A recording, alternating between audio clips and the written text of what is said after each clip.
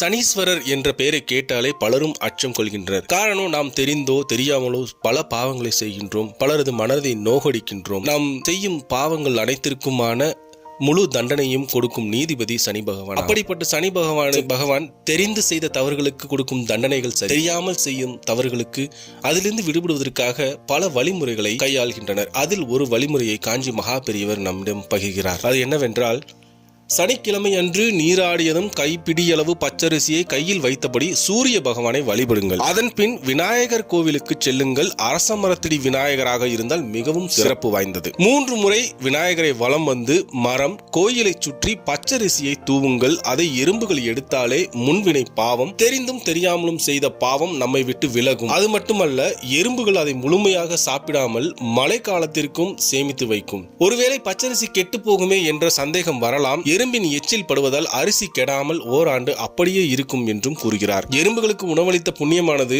ஒரே நாளில் முடிந்து விடாது. அது சேமித்து வைத்து ஆண்டு கணக்கில் பயன்படுத்துவதால் அந்த புண்ணியம் உங்களை தொடர்ந்து வந்து சேரும். 2.5 ஆண்டுக்கு ஒருமுறை நடக்கும் சனிப்பெயர்ச்சியின் போது இதை செய்தாலே மிகவும் நல்லது. ஒரு எறும்புக்கு உணவளித்தாலே 100 பேருக்கு உணவிட்ட புண்ணியம் சேரும். 7.5 சனி, அஷ்டமச்சனி, கண்டச்சனி, அர்த்தாஷ்டமச்சனியால் வருந்துபவர்கள் இதை செய்தால் முழு பலன் கிடைக்கும் என்று மகா பெரியவர் கூறுகிறார். தர்மம் தலை காக்கும் என்று கூறுகிறார்.